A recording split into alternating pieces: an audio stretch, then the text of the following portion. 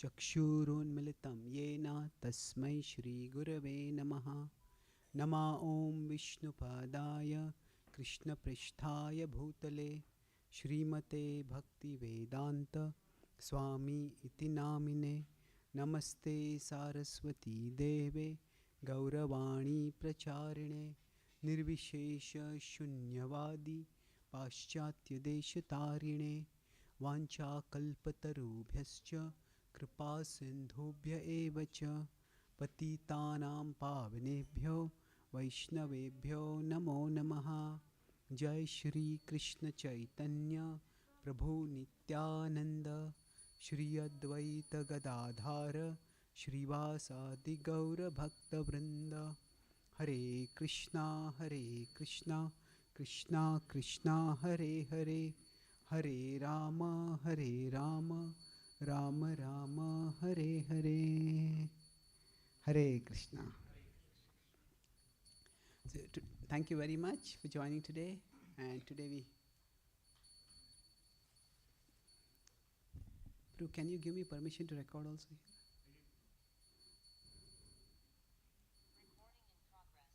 So today we continue our discussion on the overview of the Bhagavad-Gita. I'll quickly do a recap of what was discussed yesterday, and we'll continue the second part today. So the Bhagavad-Gita is like a jigsaw puzzle. Its various verses, sections and themes, they all fit together to form a beautiful picture of life's ultimate purpose and path to that purpose. But this is such a jigsaw puzzle. Normally, that if we have ordinary jigsaw puzzle, it can fit together. All the pieces have to be fit in one particular way. Only then they fit.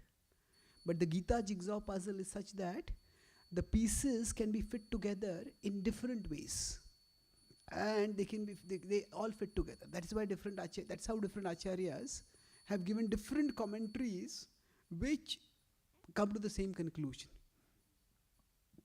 So in this series we are analyzing or doing an overview of the Bhagavad Gita based on the 17 questions that Arjuna has asked. So what is the Gita about?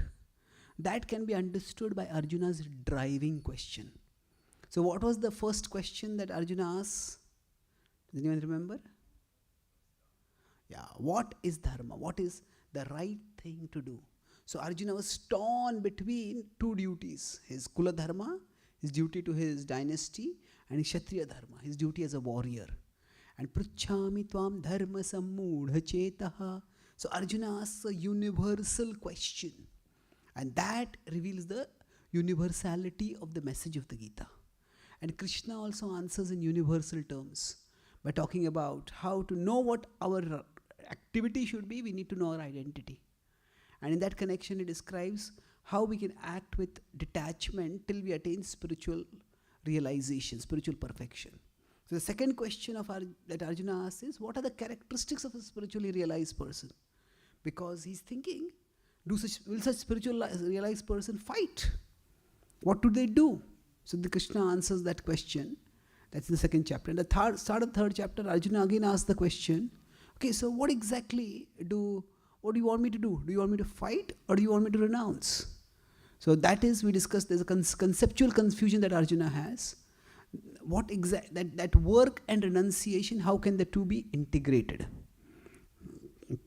So,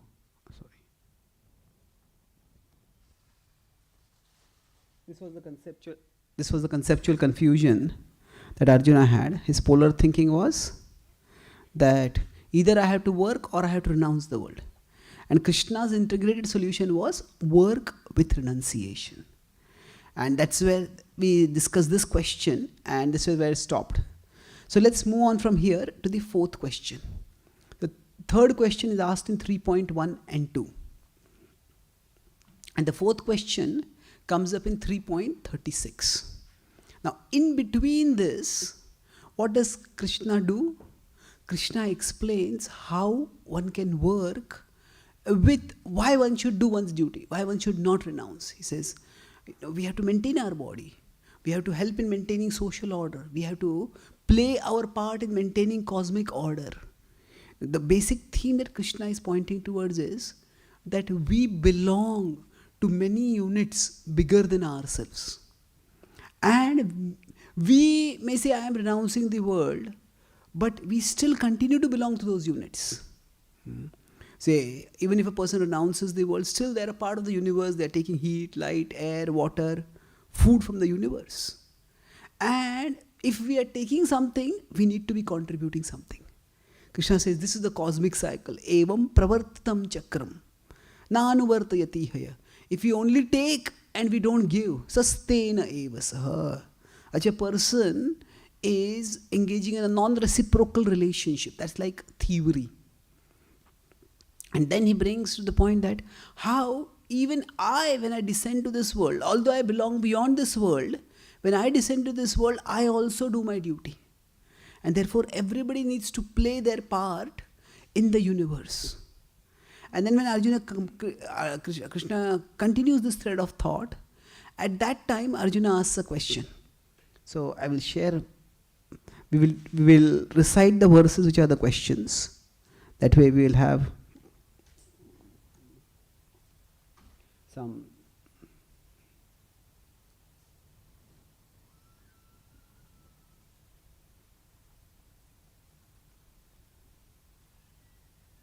So let's recite the 36th verse over here.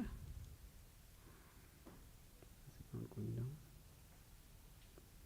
So, hope it is visible. Arjuna Uvacha Athakena Prayuktoyam Papam Charati Purushaha Anichanapi Varshneya Balad Ivaniyojitaha. So we'll generally analyze the question in three parts. First we'll try to understand the question. Then we'll try to understand the context of the question. Why is Arjuna asking this question at this particular point? And then we'll discuss its answer and its application. So that's how we will try to discuss all the questions of the Gita. So he's saying, Atha kena prayuktoyam. By what are we engaged? Papam charati purushaha. Towards activities that we know are wrong, that are destructive, that are self-destructive. Papam charati purushaha. We are moved. By what is it that we are moved, pushed towards actions that are self-destructive? Anichanapi varshneya. Emphasizing this further, he says, we don't want to do those things. But baladivanyojita. It seems we are forced to do those things. So what is this factor? When I read the Bhagavad-Gita first time as a teenager, I recited it, memorized some verses in my childhood. But as a teenager I read this was a question that struck me the most. This is something we all have experienced.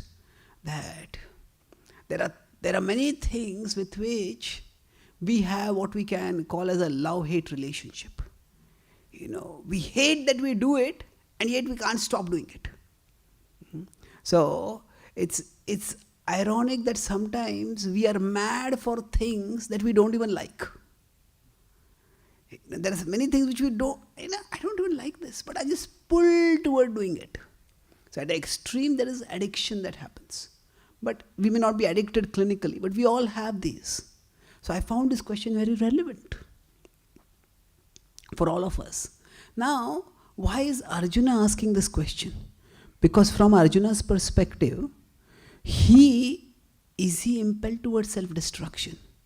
He is a person who is, although he's a Brahmana, he's a Kshatriya, and he has multiple wives, still he is significantly sense-controlled. Can you think of incidents where Arjuna's self-control is seen from the Mahabharata? Any incident? At least one celebrated incident is there.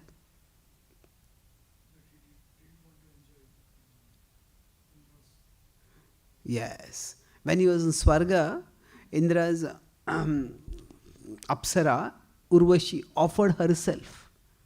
And Arjuna said no. And she was offering herself, and he said, no, you were with my ancestor Pururava, and thus you are like a mother to me. Now, for her, she was attracted to Arjuna.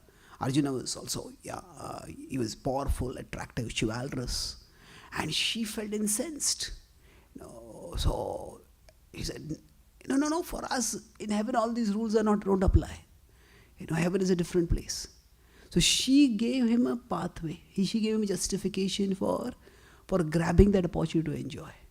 And what happened is, he said, yeah, these rules may not apply to you, but they apply to me, because I am not a resident of heaven. I am a visitor in heaven. And she felt incensed. For her, she was so attractive that everyone would want to be with her. For her to offer herself to someone was extremely rare. And then on top of that, to be refused, she felt infuriated, she felt insulted. And she cursed Arjuna because of that. But even then, Arjuna remained firm. So the point is, Arjuna is not a person who is dragged here and there by lust. Now, there is one incident where Arjuna seems to be captivated. When is that? He actually gets into a fight with others because he is attracted to someone. Which is that incident? Sister, with Subhadra. So when he is in forest, he comes to Dwarka, and then he meets Subhadra, and both of them get attracted to each other. But it's significant, even then, it's not just like a wild, romantic kind of attraction. Even then, Arjuna knows the consequences. So Arjuna has the consent of Krishna, Arjuna has the, in fact, full consent of Subhadra, and he sends a message to Yudhishthir and says, this is what Krishna wants me to do, this is what I also want to do, but this may create some conflict because Balram is not going along with this, so there might be some kind of conflict. So Yudhishthir says, if Krishna is okay, then I'm also okay with it. So the point is, he's not blinded and dragged into something. See, there might be attraction, but the attraction doesn't cause him to violate or transgress the boundaries of dharma. So that is the key difference. So we could say that there is no incident in Arjuna's life which would justify him asking this question, because he has never been uncontrollably dragged here and there by his senses. He has never said that. There's no incident where he is dragged like this. So why is he asking this question? Athakena prayuktoyam papam charati purushaha. So the word kama can have multiple meanings. Okay. So the word kama can have multiple meanings. And in this context, yes, generally we see it as lust, but he's telling here, papam charati purusha. Papa is often translated as sin. And that is true. That's the word which comes as close as possible to the meaning in English.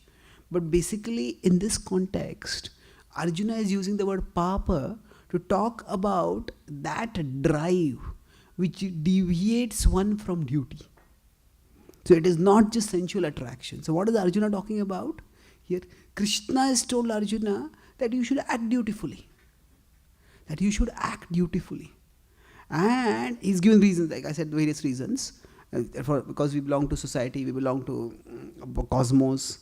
But then he is finding himself overwhelmed. See, Arjuna's overwhelm is that it's not that when he's fighting a war, he's suddenly attracted to someone, and because of that he doesn't want to fight the war. He is actually moved by compassion over here. Why should there be such a big fight among family, among his relatives? But he is thinking that whatever it is that has overwhelmed me, that is diverting me from my duty. That is obstructing me in my duty. So he's asking, what is that force? So Arjuna has been recommended by Krishna to perform Nishkam Karma Yoga. And in that context, so we could say Nishkam Karma Yoga is what? it's selfless dutifulness. And when Krishna is using the word, answers kamesha krodesha. So kam generically means selfishness. Now selfishness can primarily manifest as lust. But in the context of the Gita, what is happening is, Arjuna is asking, okay, yeah, I know I should be doing my duty selflessly. But what is it that deviates one from duty? What is it that has deviated me right now from duty? So then Krishna answers, it is kama. And in that context, the previous verse is significant. Generally, when somebody asks a question, now we now remember the Bhagavad-Gita is a straight discussion between two people. So when somebody is asking a question, when we are having a discussion with somebody, and say we are explaining something to them, and if suddenly they ask a question out of the blue, which has nothing to do with what we are telling, we say, what's going on? Are you hearing what I am speaking? Or how is your question connected to what I am saying? So now when Arjuna asks this question, Krishna doesn't say, hey, your question is not connected with what I am speaking. So because Krishna doesn't raise that, so we can understand that Krishna sees the connection between what came previously and the question. So let's look at the context. So what is happening is Krishna says, everyone has to do their duty. So for example, why is this coming? There's no place to hide. No. Okay. So he says first, that actually everyone will act according to their nature. Sadrusham cheshtate swasya prakriter jnanavanapi prakritim yanti bhutani nigraha kim karishyasi. He says, what will repression accomplish? Everyone will act according to their nature. So what happens is, there's a beautiful incident in the Mahabharata about this, that how one's nature comes out. We know that when the Pandavas were in exile, they came to the Swayamvar of Draupadi. And none of the Kshatriyas over there could meet the target of shooting the bow, while looking downwards and shooting the arrow through the rotating wheel to hit the target, which was a fish effigy, and hit it in the eye. So when none of the Kshatriyas could do it, Arjuna, who at that time was in the garb of a Brahmana, came forward. And then Arjuna hit the target. And naturally, he got the hand of Draupadi. But Drupada, her father, was concerned. Who has actually got the hand of my daughter in marriage? Now, is that person really a Brahmana or is that a Kshatriya? So he said, seeing the skill, he thought maybe this is Kshatriya. So he devised a test. And what was the test? He invited his son-in-law and his family to their palace for a banquet, for a feast. And when they came, he had them seated in a long room. And he said, just wait for some time, we'll arrange things.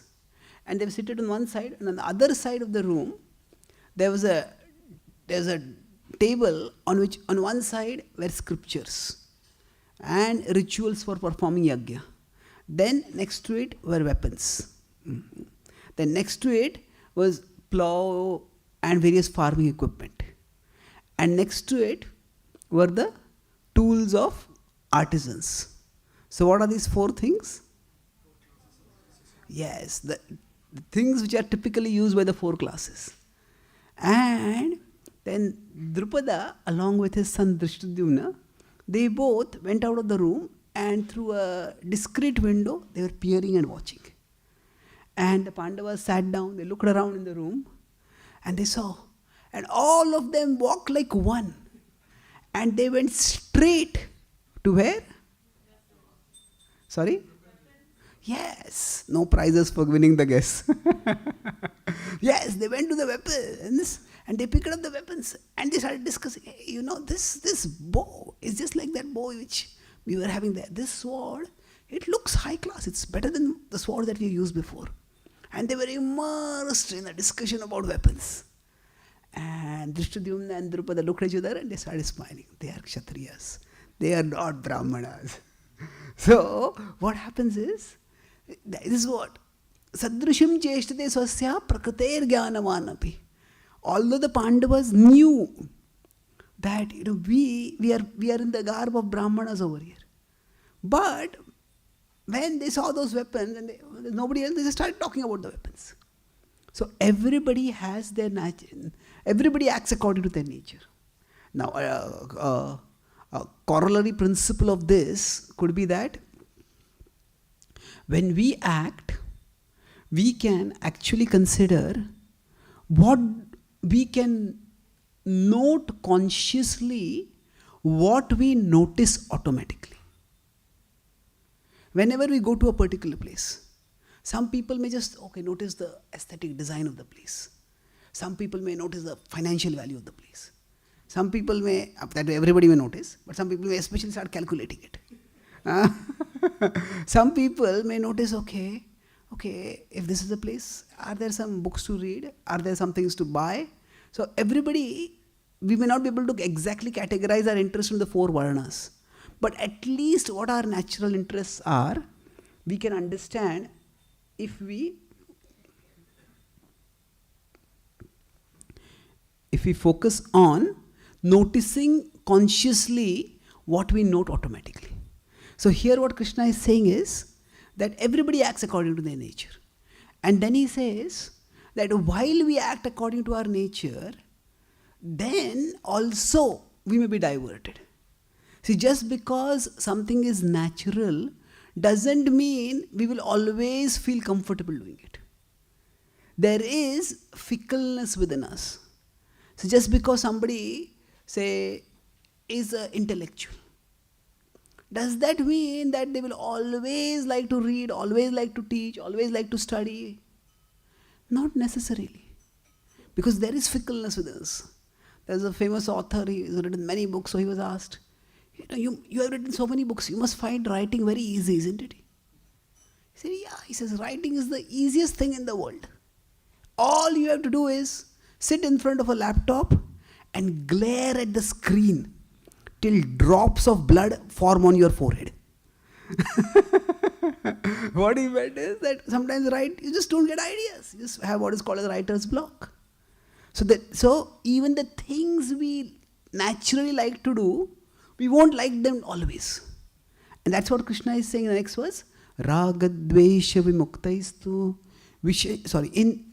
Okay, it's interesting. When I'm sharing the screen, it's not coming here. Okay. It's disappeared from here. Okay, good. So he says, Indriyasya indriyasyarthe ragadvesho vyavastitau tayornavashamagachet tauyasya paripanthinau. He says, within this, in between the senses and the sense objects, there is a natural attachment and aversion. Now, this attachment and aversion can divert us. So even the things we like to do, we don't like everything about them. We don't like them always. This attachment and aversion is there, but we shouldn't come under their control. And he says, what happens is because of this attachment and aversion, sometimes the things that we are naturally oriented to do, we may give them up. And then we want to do something else. And Krishna says, don't do that. Shreyan swadharmo viguna paradharmat swanushthitat swadharme nidhanam shreya paradharmo bhayavaha. So he says that it is far better to do what one is naturally inclined to do. Just because somebody else's work feels more comfortable. If somebody is by nature a person who is, say, managerially oriented, administratively oriented, and they feel that, actually this is, people don't listen to me, people don't cooperate, people let me down, I just don't want to get involved with them. And I want to do something else. They may think like that, but if they decide to start doing the role of an intellectual, okay, I'll just sit and think with ideas, think of ideas. And they might do it for half an hour, they might do it for a few hours, they might do it for a few days, and then they will be devoured by loneliness. I want to do something, I want to get things done. So our nature will surface. So what happens is, Krishna is telling that just because right now you feel your natural duty is uncomfortable, don't give it up. Because this is fleeting. This won't last for long. In the specific context of Arjuna, Arjuna was a Kshatriya, but he was thinking, let me act like a Brahmana. This is a key concept. It might come in the 18th chapter, but let me quickly explain this. That I was recently speaking on the Bhagavad-Gita to a Western audience, and they said that in the Bhagavad-Gita, why does Krishna not conclude with, he talks about surrender, why doesn't he conclude with forgiveness? He could say, Arjuna, you are spiritually evolved soul, just forgive the Pandavas, forgive the Kauravas, and let's avoid the war. So why not? Generally, forgiveness is a great virtue. Why doesn't Krishna teach that? So there is a very important reason for that. See, forgiveness is valuable, even vital, as an individual virtue. But forgiveness cannot be the default state policy. If somebody robs something from our house, now if we know them and we know they were going through some difficulties, we say, okay, I forgive you for that. But imagine tomorrow the police and the justice system says, anybody who robs anywhere, we will forgive them. That will lead to chaos, isn't it? So forgiveness can be an individual virtue, but forgiveness cannot be the default state policy. Especially if forgiveness becomes the default state policy, that forgiveness will simply lead to foolishness. Because that forgiveness will empower viciousness. That forgiveness will facilitate selfishness. That forgiveness will fuel wickedness. So now Arjuna is not acting simply as an individual over there. In the Kurukshetra war or battlefield, Arjuna is the representative of the state. He is a martial guardian of society. Say, if there are some terrorists who have taken over a particular place and they are randomly shooting people, and then suddenly one of the terrorists comes out and he says to the please forgive me. Now can the police say, okay, I forgive you? Well, that's not your decision. There is a justice system for that. You cannot decide on your own. And especially one person cannot decide they'll forgive the entire group of terrorists. So what happens over here is, Krishna is telling Arjuna that you have to act according to your nature. So here, Kshatriyas, their default nature is to discipline. If they engage, and if somebody doesn't work properly, then they discipline. And that is required. Brahmanas as individuals are encouraged to forgive. But Kshatriyas are the leaders of the state. They cannot adopt forgiveness as a default policy. Yes, they may also forgive. If somebody surrenders, somebody shows change of heart, somebody makes amends, they can give amnesty, they can show mercy. But they cannot make it a default state policy. So Krishna here is telling Arjuna, no, you cannot do this. So now in that context, Arjuna is asking this question.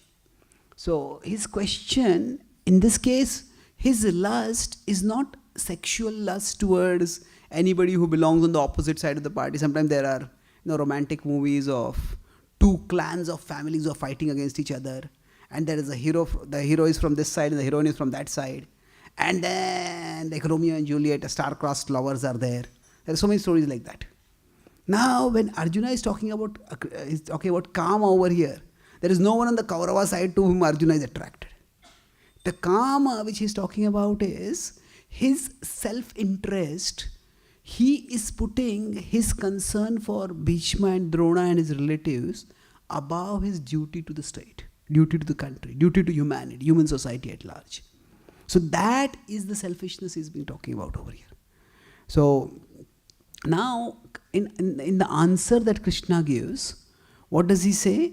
Let's look at not all the verses, but let's look at a couple of verses to understand what is going on. How do I get this to? Okay.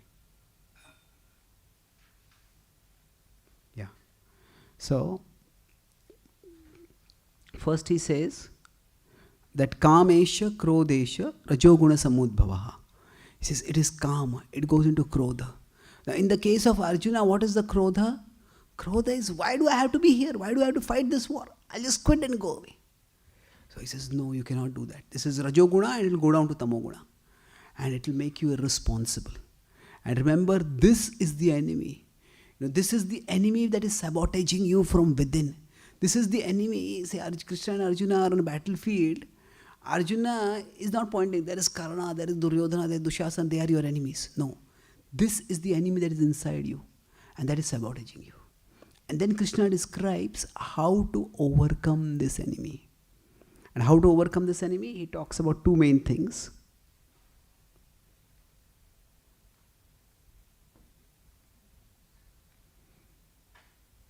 How do I get the...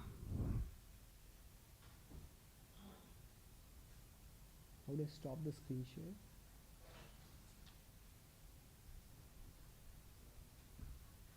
I'd hit the controls. How do I get the controls back? Hide the code. No, I want to share the screen. I want to share the screen. But I don't know. Is my screen seen on Zoom right now? I don't think so. You're seeing it? Okay. So Arjuna is asking this question, that when would we act against our self-interest? So it's when would somebody do something that is self-destructive? Either they are forced to do something by someone else. So if we see somebody just beating themselves up, why would you beat yourself up? Normally we protect ourselves. Is somebody tying them and beating themselves up? Or somebody is inside doing that. So that is the inner enemy Krishna talks about. And then he describes how to deal with that enemy. That I will not go into. But essentially he says that you have to external regulation and then internal redirection. Redirect your intelligence to spiritual. And then there is a significant change that happens. So Krishna is talking about the psychological world of all the forces that are there inside and how they sabotage us. And then suddenly the subject changes. He says, in 4th chapter, he says, Imam vivasvate yogam proktavanam avyayam vivasvan manave praha manurikshvakave bravit. So he says that this knowledge, I gave it to the Surya Dev. And from there it has been coming down since time immemorial. Now Arjuna feels a disconnect. What's going on? Sometimes what happens is when we are hearing a class, we may be sitting physically, but our mind often goes for walks. It just goes, sometimes it goes for a walk, not just outdoors, it goes all over the world and comes back. And especially when our mind has gone for a walk and there's a joke in the class, then we come back, hey, what was the joke? What was the joke? We ask our neighbor. So what happens is, if we are inattentive, sometimes we miss the link. Now for Arjuna, this is a life and death issue. We discussed in the first session how this is an existential ethical crisis for Arjuna. And he is not missing one word that Krishna is speaking. Suppose, we know that we have got some disease that can be fatal. And there is one life-saving treatment. And this doctor is telling us what we need to do. Okay, take this medicine like this, take this like this, avoid this. If our life depends on it, we will hear attentively, we won't miss one word. So Arjuna is hearing Krishna like that. Hey, did I miss something? How did the subject suddenly change from the psychological to the cosmological? Right now we're talking about the inner world and inner enemies and sun god. So the first question he has is, why did the subject change like this? What happened? What's missing?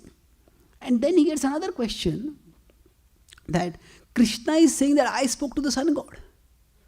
But how could you speak to the sun god? So here we see Arjuna asks the question.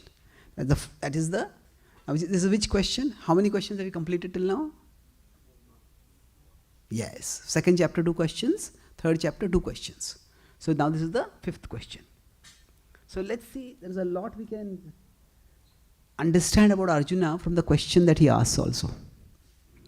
So it's interesting when Krishna makes this claim about the sun god, Arjuna doesn't immediately pause. Hey, I have a question. Because sometimes what happens is, when we hear something that we don't understand, even the speaker may know that, okay, this is a point I have not explained. So what happens is, good speakers, they explain that point. So it's good to wait. If we don't understand a point, wait for some time. Okay, maybe the speaker will explain. The question that I am having, the speaker is going to answer that. So Arjuna waits for a couple of verses. And he says, okay, is Krishna going to explain how he spoke to sun god? Why is he changing the subject like this?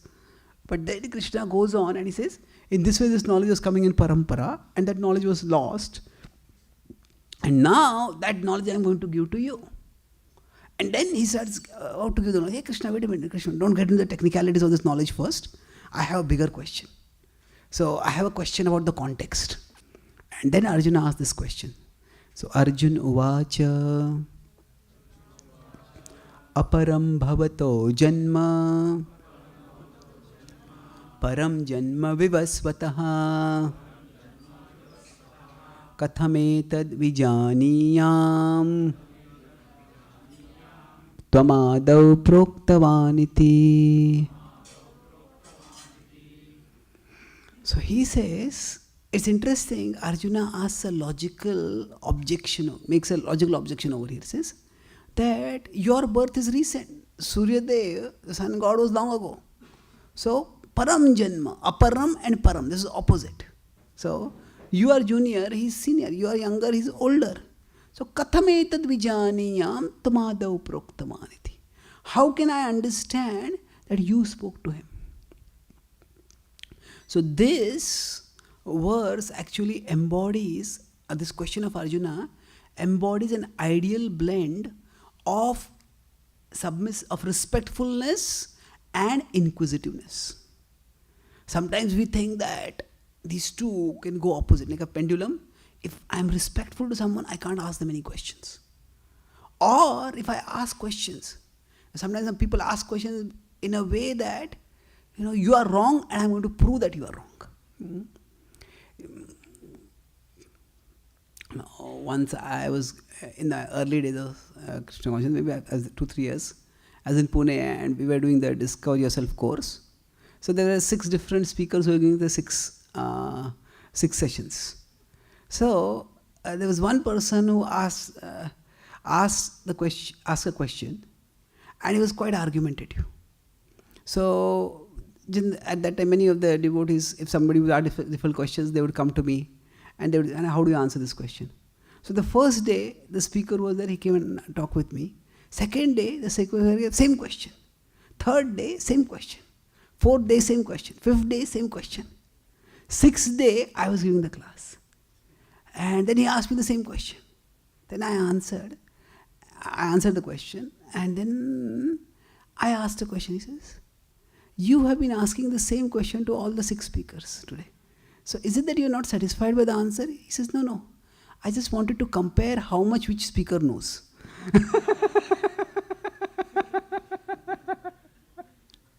So sometimes some people don't really ask questions in a submissive mood.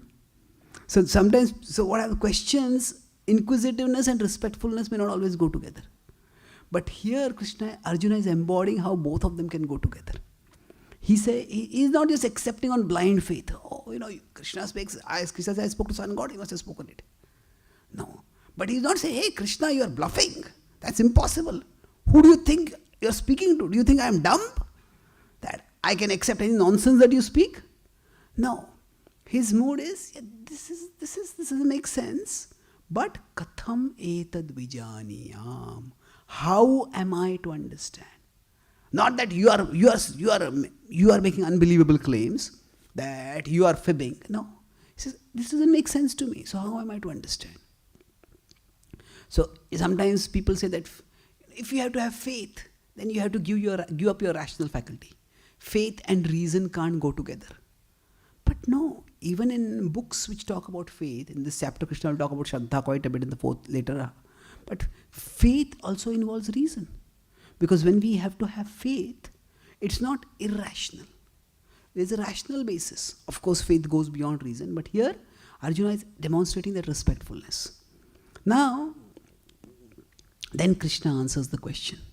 And Krishna, it's interesting, till now Krishna has not talked about his divine position much. There are some people who are egotists. There are egoists and there are egotists. Does anyone know the difference between the two? Both have a big ego. That is a common thing. Egoists are those people who have a big ego and it is evident. When they come, they just come with a swagger. They want everyone to pay attention to them. So they're egotists. On the other hand, the difference is T. So T is they like to constantly talk about themselves. Any subject you talk about, what will they do? They'll bring it to themselves. And if somebody says, I had COVID recently. Oh, you had COVID? When I had COVID, it was such a big thing. They'll not let the other person speak only. So this is what? This is, many of you may have heard, this is called autobiographical hearing. Anything they hear, it's just like a button for them to start their autobiography. So such people, what happens is, even if what they are speaking is true, it becomes annoying. But Krishna is such a person, now he doesn't talk about his divinity unless it is necessary. So you see, one of my friends, he wanted to write a book on the Bhagavad-Gita for a Western audience. It was more of a, not just a Western audience, but in the southern part of America, it's largely a Bible belt. So there are a lot of evangelical Christians over there. So he said he wanted to work 10 commandments of the Bhagavad-Gita, just to reach to that audience. So I told him, please don't write a book like this. I said, because the mood of the Bhagavad-Gita is not of commandments. In the end of the Bhagavad-Gita also Krishna says, deliberate deeply and do as you desire. The mood of the Bhagavad-Gita is what? Choices and consequences. That you do this, this will happen. You do this, this will happen. So Krishna does not give commandments. Some commentators on the Bhagavad-Gita say that actually it is only when Krishna demonstrates how he is God in the 11th chapter, then Arjuna surrenders. And that's how Krishna convinces Arjuna. But actually that is completely wrong, because Arjuna is already convinced. In the 10th chapter after Chatushloki Gita, will come to that. Arjuna is already convinced. Param Brahma, Param Dhama, he accepts that. And if Krishna had to draw on the power of his divinity to convince Arjuna, Krishna could have finished the whole Gita in 6 words. What are 6 words? I am God. Obey me. Fight. Gita over. That's what he could have done. But Krishna does not do that. So Krishna, although he is God, not only does he not draw on the power of his divinity to force compliance from Arjuna, he does not even mention his divinity much.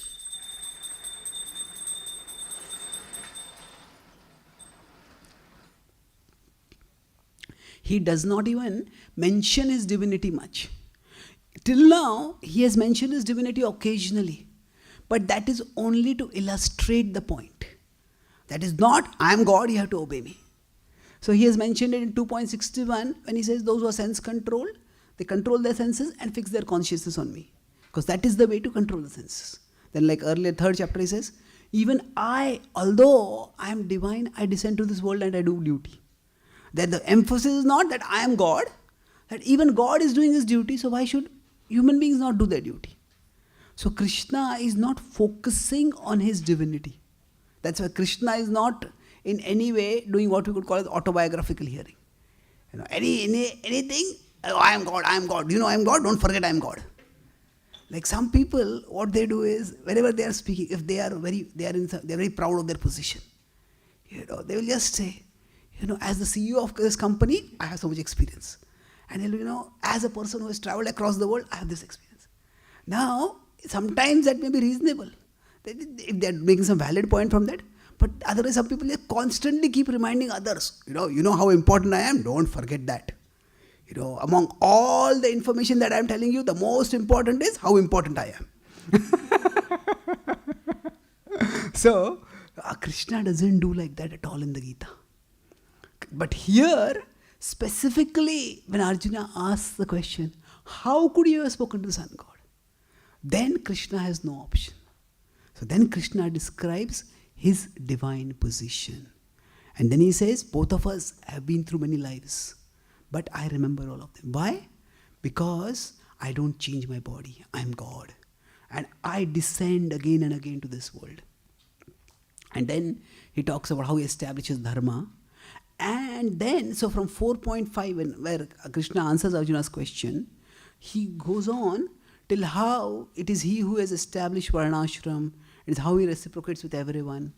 And then by 4.15, Krishna answers the question, and after answering the question, he again comes back to the subject. The subject is karma and karma yoga. How to act in a dispassionate way. So if you'll see from 4.16 onwards, again Krishna comes back. How can one work without becoming entangled? That is what he explains deeper. So this is Krishna's expertise as a teacher. See, there are different kinds of, there is distraction. Distraction is when somebody's attention goes away. But there is a digression. Digression means we are speaking on a subject and we go off the subject.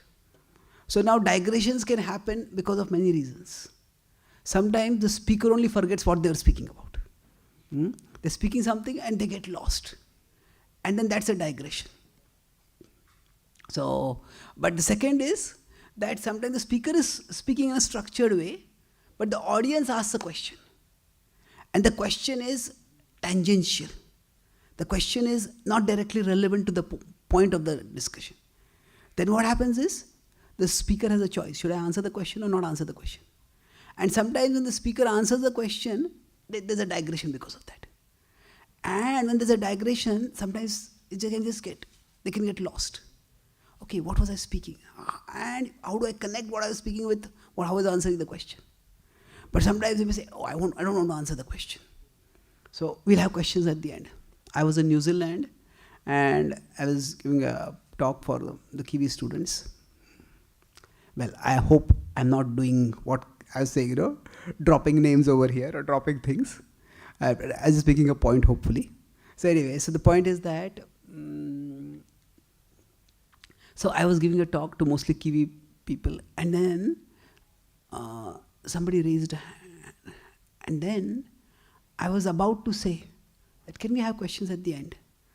And the organizer quickly slipped to me. He says, answer their questions right now. So I said, okay. Then I addressed the question. And then later on, the organizer told me that people in Australia and New Zealand, there are differences of course, but there are some similarities. He says, people there are quite laid back. I said, Australian people are laid back. He said, in India versus Australia is quite a big cricket rivalry. And Australians are not at all laid back in the cricket field. As much as, they're known for sledging. So I said, Australians don't seem to be laid back. He said, Australians are laid back in everything except cricket.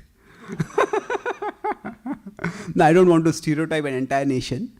But the point is that people are a little laid back. He says that people here practically never ask questions. Even if you ask for reflections, people will not participate much. So I said, if in such a cultural context, if somebody is asking a question, that's a sign of great interest. So forget the structure of your talk, let them participate. This is, don't squelch their interest. So sometimes if somebody is asking a question, that question may be tangential. And we may feel that, the structure of my talk is important. Sometimes it is. But sometimes just getting people opening up, that is the important thing. So Krishna, when Arjuna asked this question, how could you have spoken this? Krishna doesn't say, hey, I'm speaking about karma yoga. Why are you changing the subject? No, Krishna answers the question. But he expertly brings the subject back to the topic of karma yoga. So that's a fascinating flow. I can't go into all the 10 verses here, but how Krishna gets the subject back. He says, okay, I am God. I descend to the world to establish dharma. What is dharma? Dharma is varnashram. Dharma is dharma involves worship of the devotas. But dharma ultimately involves working with detachment so that one can attain liberation. And so that's the 15th verse. And the 15th verse is a transition where Krishna comes back to the subject of karma. So he says, Evam gyatma kritam karma purvairapi mukshubi kuru karmaiva tasmatam purvai purvataram kritam. He says that in this way people in the past have acted and you should also act in that way. And he says, okay, I can always act. Why do I need to consult someone? So then he says, actually what is the right thing to do? Kim karma kim karmeti kavayopyatra mohitaha. Even wise people are bewildered about it. And I'll enlighten you about it. So this is how Krishna expertly answers Arjuna's question and brings the subject back to working in the right way, working in a way that will, what is that here, purvai, mumukshubhi, that how can one act in a way that will lead to liberation? What is the karma that will lead to mumuksha? Mumuksha is liberation. So I will explain that. That's the point of the next verse also. Yad jnatva mokshase ashubhat. One will become free from inauspiciousness. The that is inauspicious in this world is ultimately to be bound in this world. So now at this point I will stop. Are there any questions or comments? We can take one more question in the Bhagavad-Gita, but before that we can have a questions if anybody has. Yes, Manan Prabhu.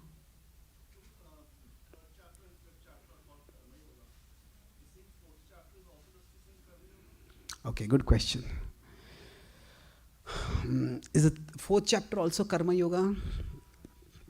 Well, as far as the names of the chapters are concerned, there is no standard. Because it's not that, see, sometimes when we recite the Bhagavad-Gita on Gita Jayanti or other times, say, Ataha Dvitiyo Adhyayah, Ataha Tritiyo Adhyayah. Now when Krishna was speaking to Arjuna, Krishna was saying, Ataha Dvitiyo Adhyayah. No, it is a normal conversation going on between the two of them. So that chapter division was done by Vyasadeva when he put it down in written form. And in the Mahabharata, the text as it exists, the chapters don't have titles. There are many, many chapters. Now chapters have been titled in some recensions, and in some translations the translators have given titles. And in the Gita commentaries, the commentators have given titles to the Gita chapter specifically. So there is no one standard title. In India, the Gita Press Gita is quite widespread, and they have broadly adopted Shankaracharya's Gita commentary titles. Not entirely, but broadly. So now, if we consider from the theme perspective, the first 5 chapters, or rather from the second chapter to the 5th chapter, Krishna is emphasizing Karma Yoga. So in that sense, it's all about Karma Yoga, but the difference is that was actually going to be the next question and answer. Maybe I'll just quickly do a foreshadowing of that. Sometimes what happens is that we answer a particular question and that person asks the same question again. And it's easy to get annoyed. I already answered the question. Are you so dumb that you can't understand it? So it's easy. Now it's interesting. Arjuna asks essentially the same question at the start of 3rd chapter, at the start of the 5th chapter, again at the start of the 18th chapter. Essentially the question is the same. The wording for the 3rd and the 5th is almost similar. The wording for the 18th chapter of question, that is the 17th question of the Gita, that is slightly different. But essentially the question is the same.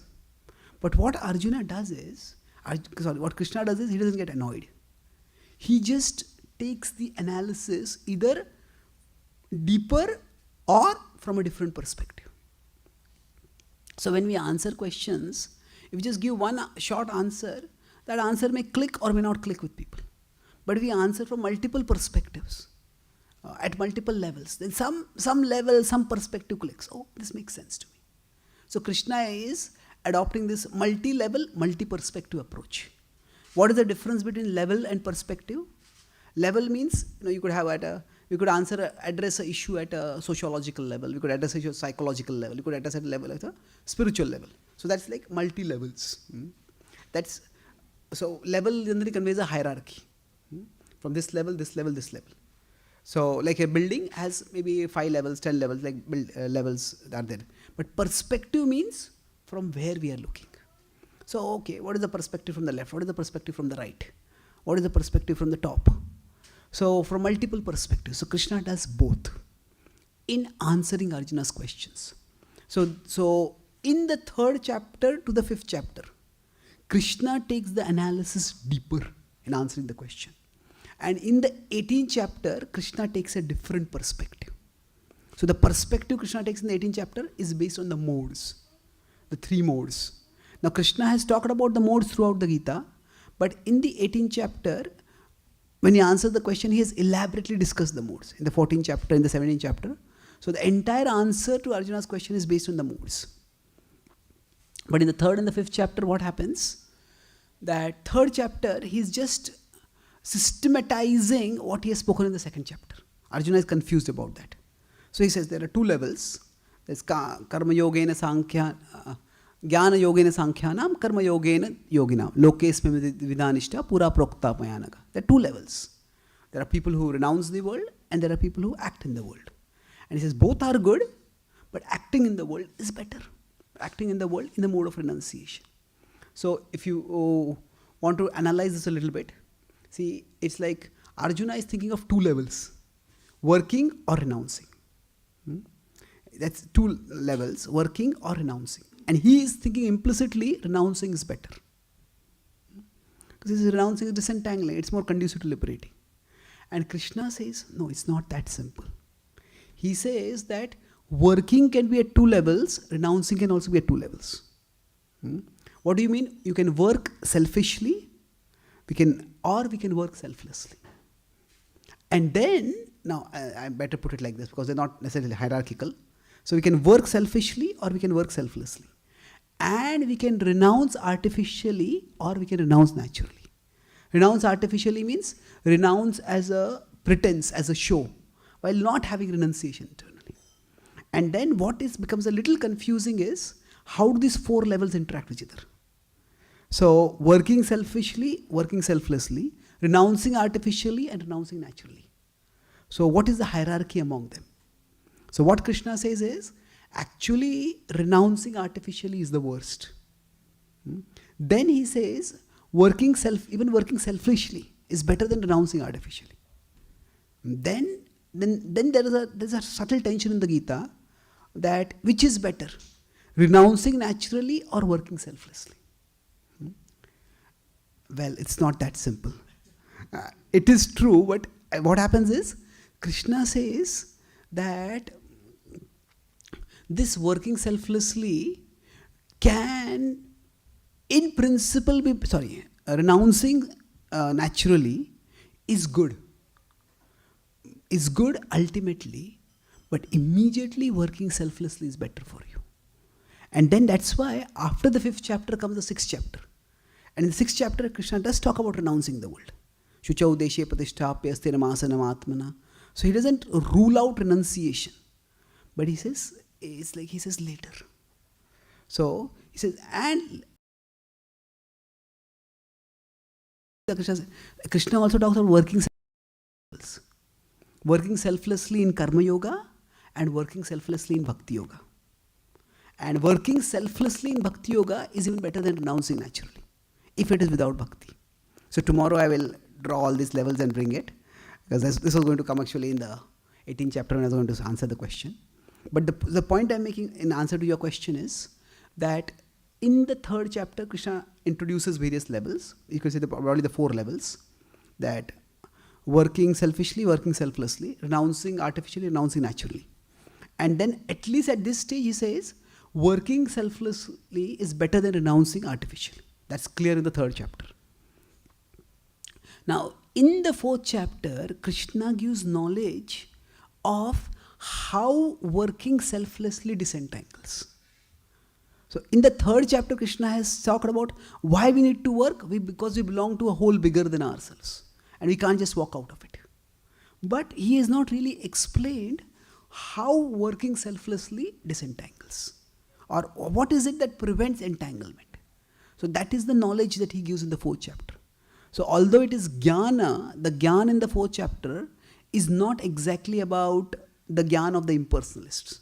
There are very few verses in the 4th chapter which talk about everything being one. Yes, there is 4:24 which talks about Brahma Arpanam Brahma, where that verse is there. But apart from that, there is not much which is focusing on the impersonal Brahman per se. So the jnana is about how we can work in a way by which we will be avoiding entanglement. And that's why Krishna talks about work as a form of sacrifice. And that the metaphor of sacrifice comes quite often. Yajnaya acharatah karma samagram praviliyate, Krishna says. And then even going to the Guru, what you learn from the Guru is how to act in this mood of sacrifice, how to act in the mood of selflessness. And that's why he says, this knowledge is purifying. This knowledge is purifying. So in the 5th chapter, So Krishna talks, so first is, in the 4th chapter, he's talking about how can we work without being entangled? You work in a mood of sacrifice. And then still Arjuna has a question. I'll talk about why Arjuna gets that question. Again, about karma, which is better, karma or acting or renouncing. Then when answering that question, Krishna takes it further deeper. He builds on the knowledge of the 4th chapter and he talks about the various factors of action. And then he says, okay, which factor is what causes entanglement? So it's a bit technical, but so you can say it's karma yoga going deeper and deeper with a greater foundation of jnana. Now Prabhupada makes it action Krishna consciousness in the 5th chapter. So action Krishna consciousness is 529 basically. Yagya is, what is that? Bhoktaram yagya tapasam. Prabhupada is referring to that verse primarily. I hope the answer was not too confusing. Okay. Yes. Prabhu.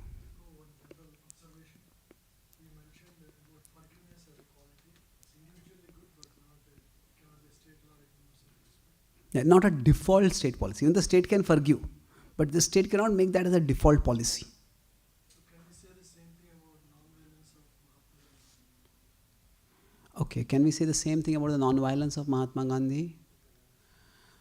Yes. That's interesting. The very mention of non-violence led to a violent noise. Okay. So, okay. Political history is currently my big interest. I'm studying that. I hope to write a book on political philosophy and the Bhagavad-Gita. So I could give a whole class on this particular answer itself, but I'll try to keep it brief. See, if you consider the Indian context, for Gandhiji, he presented non-violence as an ethical principle, even a spiritual principle. But if you consider historically, he developed the idea of non-violence in South Africa. And there is practically no record that he had studied the Gita elaborately before that. He grew up in a Vaishnava family, so he probably had some familiarity with the Gita. I've read, before coming to Bhakti, I read his autobiography. So he had the familiarity, but actually he studied the Gita later when he came back to India. Many of the Indian political leaders, they also had spiritual inclinations. So what happened is that when many of them were jailed by the British government, now these were not like, see, there are what you can call as like what is the moral criminal? There are criminal prisoners and there are political prisoners. So political prisoners generally cannot be too mistreated. So most of these Indian political leaders were political prisoners, because when I call it prisoners of conscience, they are treated reasonably well in the prisons. So several of these leaders, what they did in the prison was they wrote a commentary on the Gita, and many of them quite proudly say that we did not read any traditional commentaries. So what happened was, see, there is reading from a book, and there's reading from a book, and there is reading into a book. Reading from a book means, okay, what is this book teaching? Whereas reading into a book is, I have certain ideas and I try to find those ideas in that book. So what happened was, Gandhiji developed non-violence as a strategy in South Africa. Most of us know the story that he was thrown out of the train at that time. And then he started doing that. And then he came to India and he was quite charismatic. He took over he became a prominent leader of the Indian independence struggle. So then he wanted this non-violence to become a broad foundation for India's freedom struggle. And how could he do that? He was a charismatic person, but still individual charisma has its limits. So India is a religious country, and he said if he could base his teachings on a sacred book like the Gita, then he would be able to do that. So he sort of interpreted the Gita in a way that non-violence was its primary teaching. And he writes in the introduction of the Gita that, although Vyasdev is a great sage and I have the greatest respect for him, but I have to humbly submit that he has made a great mistake. He said that he has given a profound spiritual message, but he has used the metaphor of a war to explain it. And most people will overlook the message and focus on the metaphor. And they will start fighting. He says that actually the Kurukshetra war, it never happened. It just represents the human body. In the human body there are many vicious desires. There are 100 like the Kauravas. And the virtuous desires are few like the 5 Pandavas. And their battle, inner battle, is what the Bhagavad-Gita is all about. So but because he has used the metaphor of a battlefield, this may instigate violence among people. And that is why I humbly submit that he has made a great mistake by using this battlefield context. So what is happening over here is that he is already coming to the Gita with the assumption that its setting is non-historical. Its setting is just a literary tool, and he's saying it is a faulty tool that has been used. And then once he does that, then it's relatively possible for him to interpret the Gita as non-violence, as teaching non-violence. So now when this statement might be a little controversial, see what happens is that how did non-violence work? Non-violence worked because in one sense Gandhi showed the British, who were mainly Christians, they were not always very deep Christians, but they were some Christians. He showed them how those whom the Christians were suppressing were better Christians than Christians. Jesus said, turn the other cheek. And that's what Gandhiji was doing. So actually it also aroused the British conscience. Now to some extent, of course, the Indian National Army played a role after Second World War. But the non-violent struggle was successful because the British had that background of Jesus urging people to turn the other cheek. If somebody slaps you, turn the other cheek.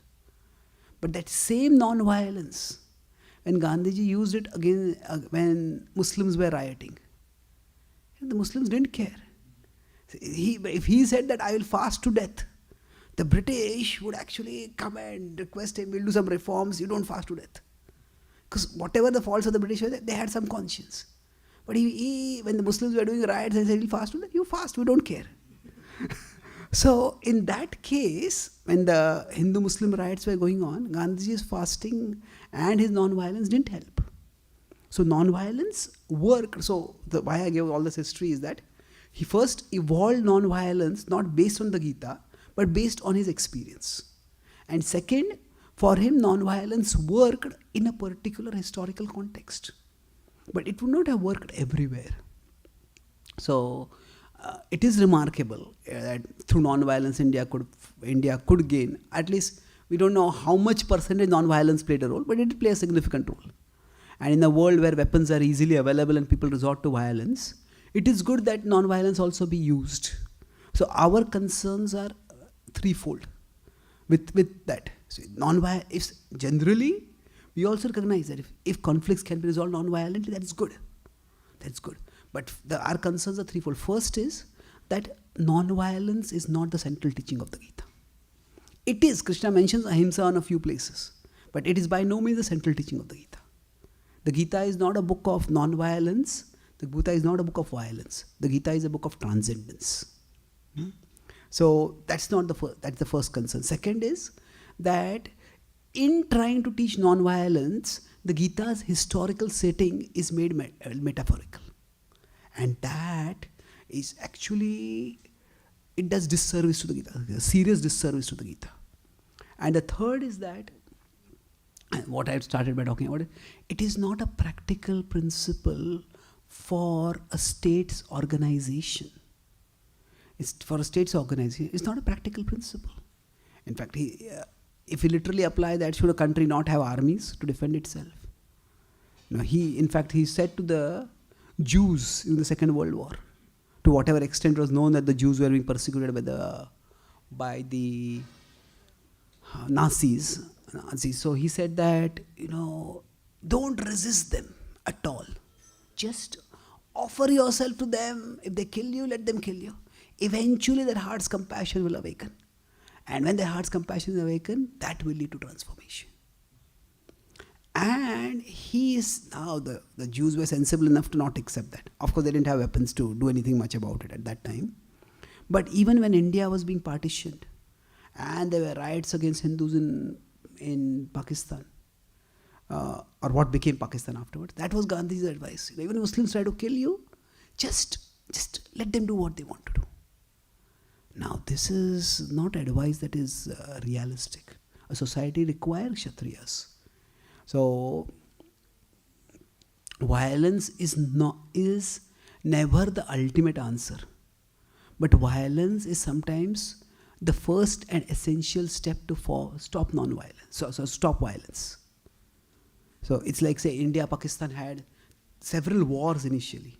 But after 1980s, when India got nuclear weapons and Pakistan got nuclear weapons, now there have been no major wars. Why? Deterrence. Deterrence does work. Deterrence is basically the fear of retaliation, the fear of violence. So violence is sometimes necessary in this world. So in that sense, violence as an individual virtue works. Violence as a social strategy may also, not violence. Non-violence as an individual virtue is valuable. Non-violence as a social strategy can also work in many places. But non-violence as a default state policy. So I think Prabhupada also says something similar in the purport, that non-violence is a strategy, not a principle for a Kshatriya. Sometimes a Kshatriya may decide that, okay, right now we don't want to fight a war. So it's a strategy. But it can't be the default. It can't be a matter of principle. A Kshatriya cannot say, I will never raise weapons. Raising weapons is bad. No, raising weapons may be, if you say raising weapons is bad, not raising weapons may be worse. Shooting someone is bad, but if that person is going about shooting innocent people, then not shooting them may be worse. So those are some major concerns. So reading into the Gita is the major concern, I would say. Okay. So we'll stop here. I'll quickly summarize what we discussed today. So we discussed today the third and fourth questions of the Gita. And actually, the fourth and the fifth questions of the Gita basically. So the fourth question was, what makes us act selfishly? And that selfishness is not lust, because Arjuna was never controlled by lust. That selfishness is that which deviates one from duty. And Krishna answers about that as karma. And the next question is, when Arjuna sees that Krishna has shifted the subject from the okay, I didn't answer that question, sorry. Quickly, let me share this diagram. Yeah. So, what's happening?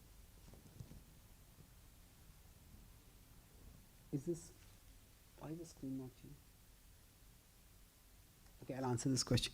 So basically,